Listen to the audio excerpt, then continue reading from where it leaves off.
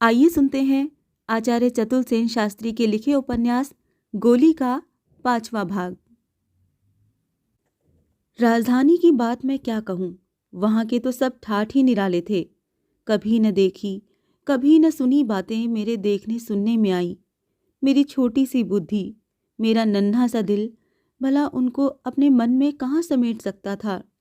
सारा नगर हमारी अवाई में सजाया गया था। बंधन बार, तोरण, ध्वजा पताका और रंग बिरंगे द्वार, भांति भांति के बाजे, ढोल, दमामे, शहनाई, नफीरी, नक्कारे, जिनके गर्जन तर्जन से सारा नगर हिल रहा था। लंबे लंबे बाजारों में दूर तक कतार बांधे बंदूकधारी सेना की पंक्ति, जिनके पीछे खड़े हजारों आबाल वृद्ध नर नारी, तुमुल, हर्षनाद, गगनभेदी जय ध्वनि, घरों की अटारियों पर से नगर बंधूटियां झांक रही थीं। रंग बिरंगी उनकी पोशाकें इंद्रधनुष सी लग रही थीं। ठौर ठौर पर मंगलगान हो रहे थे। बड़ा लंबा जुलूस था। आगे ऊंटों पर धौंसा बजता जाता था। उसके पीछे हाथी पर राज्य का झंडा था। झंडे के पीछे घुड़सवार टुकड़ी और उसके बाद कुंवरानी की कार चोबी की पालकी और हमारी डोलियां, जिन सब पर पीले पर्दे पड़े थे, और उनके पीछे हाथियों पर दहेज की सामग्री, जिसका तांता दूर तक बंधा चला गया था।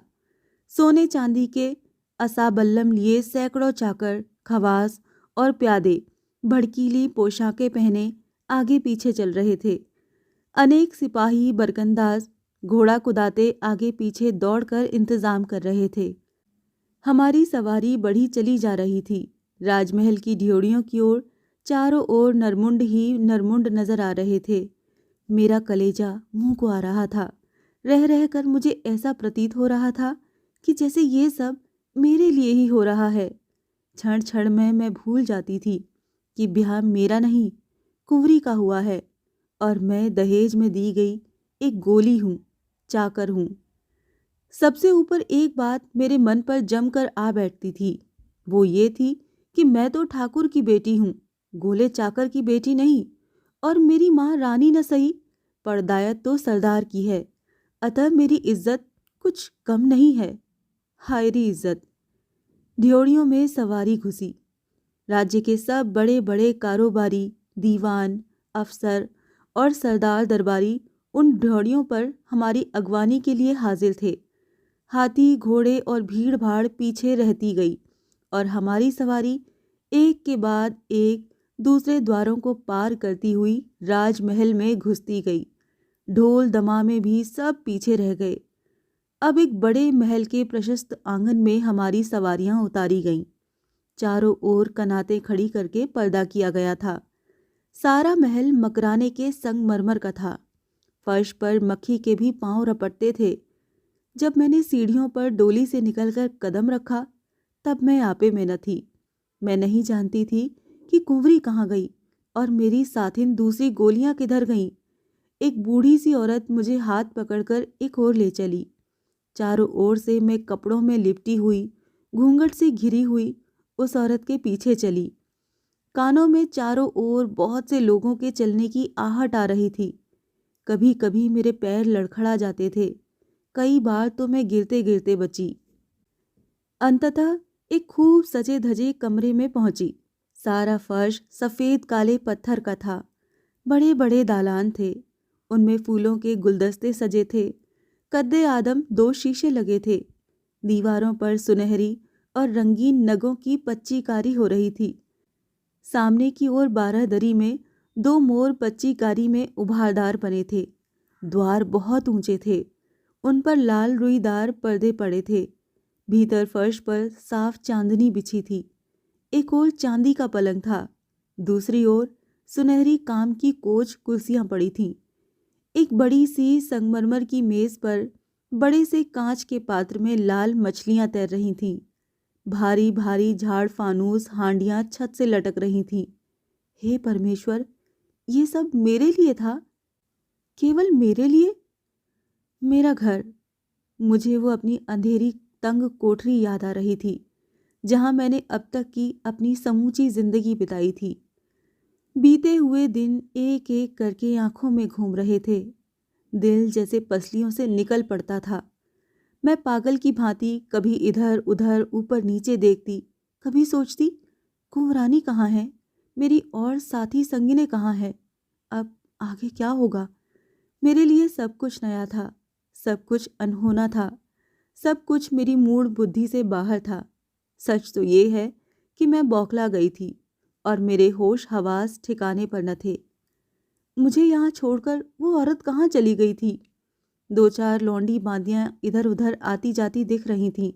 वो इधर उधर कुछ सामान ला रही थीं, कुछ आवश्यक चीजें कमरे में रख रही थीं, पर मुझसे कोई नहीं बोल रहा था। मैं अपने ही में सिमटी सिकुड़ी सी चुपचाप जैसी आई थी, वैसी ही एक और बैठ गई थी। इसी समय केसर वहां आई। उसे देखते ही मेरे मन को ढांढस हुआ। वो वैसी ही शांत, तत्पर और सक्रिय थी जैसे यहाँ वो पहले भी रह गई हो। उसने कहा, कपड़े बदल लो, हाथ मुंह धो लो, कलेवा आ रहा है। कलेवा करके नहाना, तब श्री जी के दर्शन को चलना होगा। उसने मेरे उस बड़े संदूक का ताला खोला। कितना भद्दा लग रहा था मुझे वहाँ वो मेरा संदूक और उसमें रखी हुई वो सब चीज़ें जो कभी मैं बड़े चाव और यत्न से देखती रहती थी, आज मुझे कितनी तुच्छ और भद्दी लग रही थीं। कपड़े बदलकर मैंने कुछ खाया, फिर स्नान करने चली गई। गुसलखाना मेरी उस कोठरी से भी बड़ा था।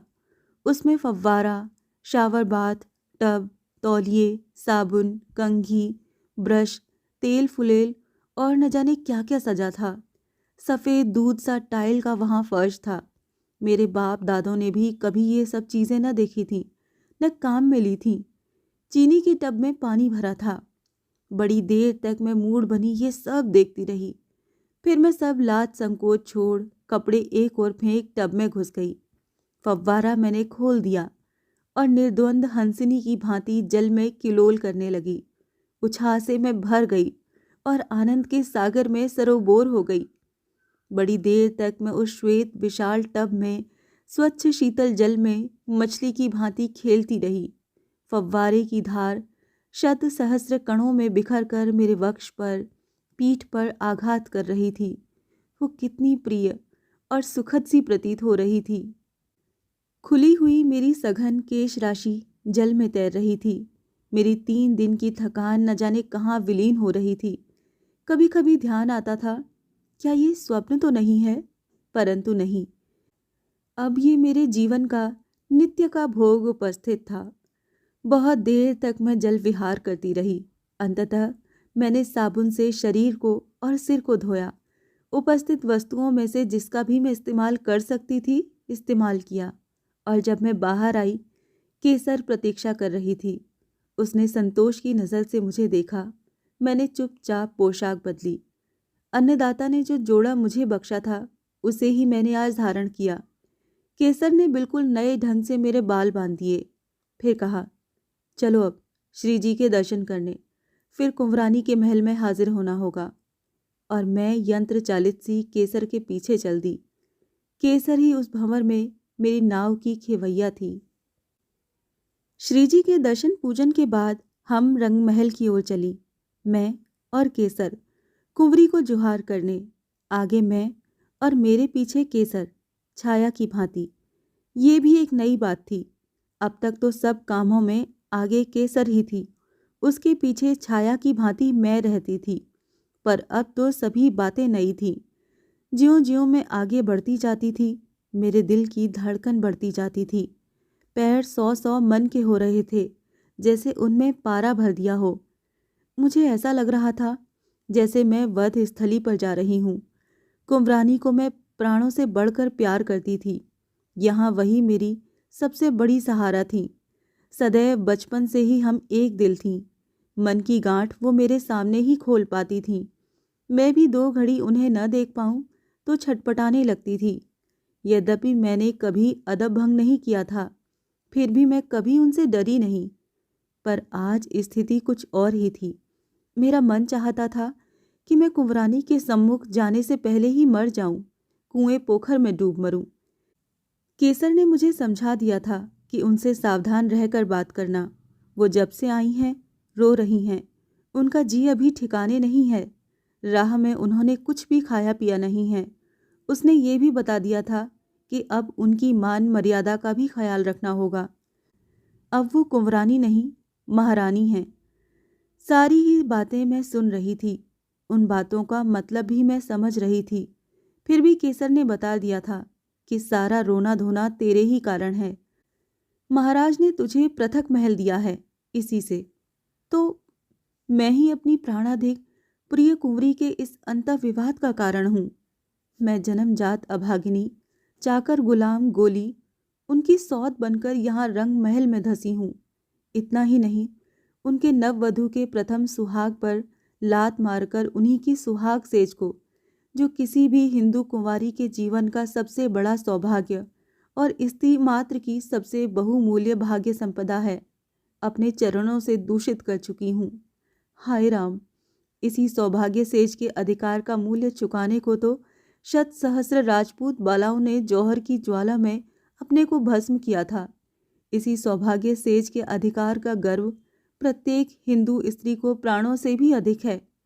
वही मैंने कलुषित कर डाली है और अपनी इस कुत्सा पर मैं प्रसन्न हूँ, संतुष्ट हूँ। और अब उसी कुत्सा का ये पुरस्कार, ये साज श्रृंगार, महल अटारी, लाज और ग्लानि से मैं अधमरी हो गई। परंतु मैं इसमें क्या कर सकती थी, ये मेरी समझ में नहीं आ रहा था। मेरा इसमें अपराध क्या है, ये मैं नहीं जान पा रही थी। केसर की सारी बातें सुनकर भी मैं चुप ही रही। शंका समाधान भी भला क्या हो सकता था। यूं लात से मैं धरती में गढ़ी जा रही थी। धड़कते कलेजे से मैंने कुंवरानी के रंग महल की ओर पैर रखा। पौर में पैर रखते ही मैं ठिठकी। केसर ने चुपके से मुझे आगे धकेल दिया। एक बार भयभीत दृष्टि से मैंने उसकी ओर देखा। उसने होठों ही में कहा, हौसला करो, चलो। मैं तो अपने ही महल को देखकर दंग थी। वहां जो कुछ था वो मैंने अपने जीवन में कभी नहीं देखा था। रंग महल के पौर में पैर धरते ही जैसे मेरा सिर घूमने लगा। वहां की शोभा, सुषमा, गरिमा, भव्यालोक सी माधुरी देखकर मेरा सिर चकरा गया। समूचा फर्श दूध के समान धवल मरमर का था। दीवारों पर रंगीन पच्चीकारी, ठौर ठौर पर रंगीन फव्वारे, छत पर सुनहरा काम, अनगिनत बिल्लौरी झाड़, सुंदर पिंजरों में देश विदेश के दुर्लभ पक्षी, उनका कलरव, देश विदेश के फूलों के झाड़, लता गुल्म, एक से एक बढ़कर दालान, कमरे कक्ष जहां लाल कनात और ईरानी कालीनों के ऐसे फर्श जिन पर पैर रखते ही हाथ भर धंस जाता था। बड़े बड़े कद्दे आदम शीशे आईने जिसमें प्रतिबिंबित भव्य महल की छवि एक दूसरे की महल की झांकी का भ्रम उत्पन्न करती थी। ये सब देखकर मैं बौखला गई। केसर मेरे पीछे छाया की भांति चल रही थी। उसी से मुझे ढांढस बंधा था। दालानों, कमरों और गैलरियों तथा सीढ़ियों का अंत ही न था। हम बढ़े चले जा रहे थे।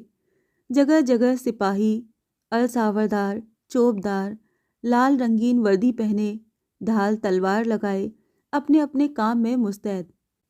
चाकर, खवास, जी हुजूरिये, लौंडे, बांदी, दीवान, मुतसद्दी, मुफ्ती और न जाने कितने कारभारी सरकारी लोग भांति भांति की पोशाकें पहने इधर से उधर आ जा रहे थे। हम ज्यों ज्यों रंग महल के भीतरी पौर में घुसते गए, भीड़ भाड़ बढ़ती गई। अंत में हम शीश महल में जा पहुंचे। कारचोबी की मसनद पर कुंवरी सादा परिधान पहने अधोमुखी बैठी थी। दो चार बांदियां हाथ बांधे दीवार से चिपकी खड़ी थीं। बाहर की भीड़ भाड़ का शोर यहाँ बिल्कुल न था। प्रशस्त गवाक्षों से दूर तक फैले हुए हरे भरे लॉन और मोरपंखी के पौधों की कतारें एक अजीब दृश्य उपस्थित करती थीं। प्रांगण में जो बड़े बड़े लाल और सफ़ेद गुलाब क्यारियों में फूले थे, उन्हें चारों ओर से घेर कर रंगीन फव्वारे इंद्रधनुष के भू अवतरण का समा बांध रहे थे। कक्ष में जो ताज़ा जूही, चंपा, चमेली और हर सिंगार के फूलों के तोरण और गुच्छे सजाए गए थे, उनकी महक चंदन, अगरू, केसर और कस्तूरी की धूप गंध की तरह मिलकर मनुष्य की चेतना को उन्मत्त कर रही थी। प्रभात कालीन मलय मारुत मंद मंद बह रही थी। सामने ही सरोवर का भव्य दृश्य था, जिस पर सारस, चकोर, हंस कलरव कर रहे थे। कुंवरी ने सादी केसरी साड़ी पर चंपानेरी चुनरी लपेट ली थी। उनके मेहंदी चित्रित हाथों में लाख का नवीन चूड़ा और मस्तक पर सौभाग्य बिंदु उनकी सुषमा को चार चांद लगा रहा था। इस समय उनके शरीर पर 2-4 गहने थे और उनका मुंह विषाद से भरा हुआ था। पहले ही कह चुकी हूँ, उनका रंग गोरा न था, पर इस समय जो गरिमा उनके मुखमंडल और अंग में थी, उससे वो महिमामयी महारानी सी दिख रही थी। मैं कलमुही, जिसे रूप का बड़ा घमंड था, इस रूप पर भारी जोड़ा सजाकर ठसक से वहां पहुंची थी। कुंवरी का वो गरिमामय सादा स्वरूप देखकर मैं लाज से गड़ गई। मैंने देख लिया, लाख रूप हो, लाख श्रृंगार हो, पर मैं गोली हूँ, दासी हूँ, चाकर हूँ, जनजात गुलाम हूँ। मेरा ये रूप मुलम्मे का रूप है। ये साज श्रृंगार किराए का है, ऊपर से लादा हुआ है। मुझे ऐसा प्रतीत हुआ कि जैसे अभी अभी मेरा कलेजा फट जाएगा। मुझे जैसे अपनी सुध ही नहीं रही। मैं अंधी की तरह दौड़कर कुंवरी के चरणों में खड़ी खम्मा अन्नदाता कहती हुई भूमि पर गिर गई और दोनों हाथों से उनके चरण पकड़ लिए। मैंने अपने हाथों पर उनके शीतल हाथों का स्पर्श अनुभव किया। मैंने ये भी जाना कि उनके हाथ कांप रहे थे। केसर ने मुझे सहारा देकर उठाया। आंसुओं की धारा मेरे नेत्रों से बह रही थी, जैसे मैं मर रही थी। मुझे ऐसा लग रहा था सारी दुनिया मेरे चारों ओर लट्टू की भांति घूम रही थी। हिचकियां लेते ही मेरे होठों ही में टूटे फूटे शब्दों में निकला, खड़ी खड़ी खम्मा अन्नदाता।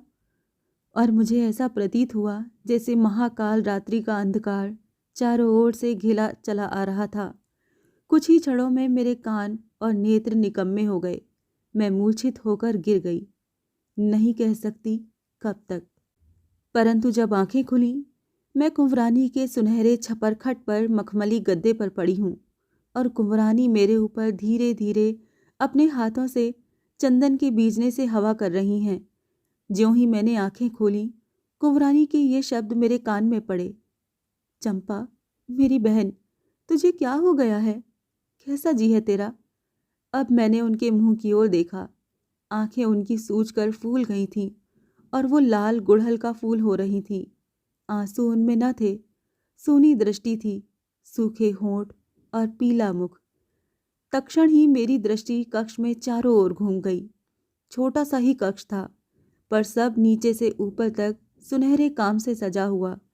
फर्श पर मखमली गद्दा, द्वार पर पीले साटन के पर्दे और चांदी का छपरखट। तत्क्षण ही मैंने समझ लिया कि मैं कुंवरी की रात सेज पर पौड़ी हूँ। मैं हड़बड़ाकर उठने लगी, पर कुंवरी ने मुझे दोनों हाथों से पकड़कर कहा, अभी सोती रह, तेरा जी ठिकाने नहीं है। पर मैं उछल कर आ गिरी। मैंने कहा, मैं अच्छी हूँ अन्नदाता। ये आपने क्या किया? अपनी रात सेज पर? मैं आंसुओं की बौछार छोड़ती हुई कुंवरी की लाल लाल फूली और सूजी आंखों की ओर देखने लगी।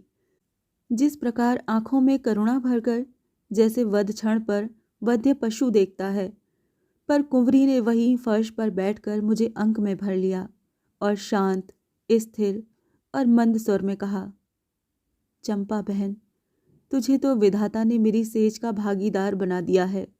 अब इन बातों में क्या है? फिर तू मेरी बहन ही तो है ना? न अन्नदाता ने और न माँ ने ही हम दोनों में कुछ अंतर समझा, और मुझे तो तू सदा से ही प्राणों से प्रिय रही है। अच्छा ही है कि अब जीवन भर का गठजोड़ हो गया बहन, पर मैं तुझ जैसी समझदार नहीं हूँ। मूर्खा हूँ, भीरू हूँ, फिर रोगी भी रहती हूँ। इसीलिए अब मेरा सबसे बड़ा सहारा तू ही है। बचपन जैसे हिलमिल कर बीता, वैसे ही जवानी की ये अंधी दुनिया भी बीत जाएगी बहन। तूने जैसे मुझे बचपन में सहारा दिया है, अब भी देती चलना, और समझना हम तुम दो नहीं हैं, एक ही हैं, एक प्राण, दो शरीर।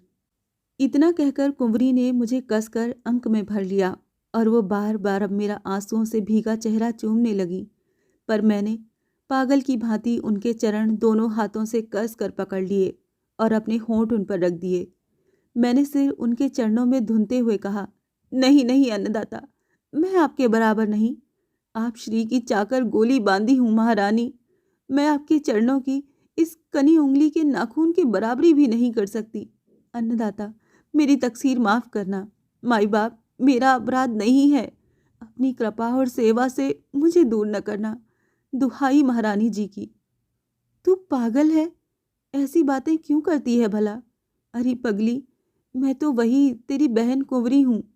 हमारी माँ दो हैं पर पिता एक हैं, और अब तो इस सौभाग्य सेज ने हम दोनों को ही एक बना दिया है। इतना कहकर कुंवरी भी अपनी आंखों से झरझर गंगा यमुना की धार बहाने लगी। अब तक तो उनकी लाल लाल गुल्लाना बनी फूली सूजी हुई आंखें सूनी सूखी थीं। अब उनसे यूं गंगा यमुना की धार बहती देख मेरे प्राण व्याकुल हो उठे। मैं अधीर होकर रुदन करने लगी। बरसाती नदी की धारा की भांति मेरे आंसू बह चले। हम दोनों की ही वाणी अब जड़ हो गई और हम परस्पर एक दूसरे के आलिंगन में बद्ध चुपचाप रुदन करने लगी। ऐसा रुदन जिसका ओर छोर न था, आदि अंत न था। न जाने कितना विवाद, कितना कलुष, कितना मलिन मात्सर्य उन आंसुओं के साथ बह गया। मैं तो सचमुच ही अपने को भूल गई।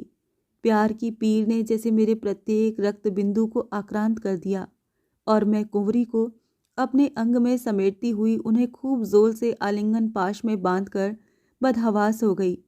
प्यार का इतना आवेग, इतना ज्वर मैंने जीवन में पहले कभी न देखा था, और कुंवरी भी जैसे अपने रोम रोम को मुझे समर्पित कर अवसन्न हो गई। न जाने कब तक हम दोनों भाग्य विदग्धा नारियां यूं युगबद्ध मूक मौन पड़ी रहीं। अब तो हम दोनों अपने आप को एक दूसरे को दे चुकी थीं। अब हम दोनों दो शरीर एक प्राण हो चुकी थीं। कभी काहे को इस प्रकार संसार में दो नारियां एक हुई होंगी। केसर की शब्द ध्वनि मेरे कान में पड़ी। उठिए अन्नदाता, उठ चंपा, वो कह रही थी। उसने हाथ का सहारा देकर मुझे उठाया। फिर हम दोनों ने कुंवरी को पलंग पर लिटाया। केसर ने झारी से पानी लेकर कुंवरी को पिलाया, आंख और मुंह धुलाया। मेरा भी मुखामार्जन किया। फिर पान के दो बीड़े जबरदस्ती कुंवरी के मुंह में भरकर कहा, आप तनिक आराम कर ले महारानी। वो चुपचाप पायताने बैठ उनके पांव दबाने लगी और मैं भी उनका सिर गोद में लेकर बैठ गई और सिर सहलाने लगी। कुंवरी आंखें बंद किए चुपचाप मेरे अंक में पड़ी रहीं।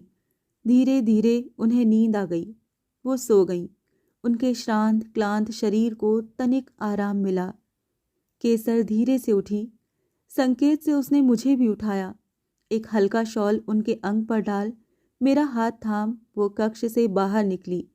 जैसे चतुर नाम का खेवैया यत्नपूर्वक भंवर से नाव को निकालकर तीर पर ले जाता है, उसी प्रकार केसर मुझे मेरे डेरे पर ले चली। जैसे मैं उसी के पैरों पर चल रही थी, जैसे मेरा अपना शरीर था ही नहीं, जैसे मैं थी ही नहीं। अब भी मैं ऐसा अनुभव कर रही थी जैसे सशरीर कुंवरी में रम गई हूँ। उनकी पृथक मैं अब कुछ रही ही नहीं हूँ। योग सिद्ध पुरुष जिस तादम्य का वर्णन करते हैं, वैसा भी तादम्य जैसे कुंवरी का मेरे साथ हो गया था। इससे आगे की कहानी जानने के लिए सुनिए गोली का अगला भाग।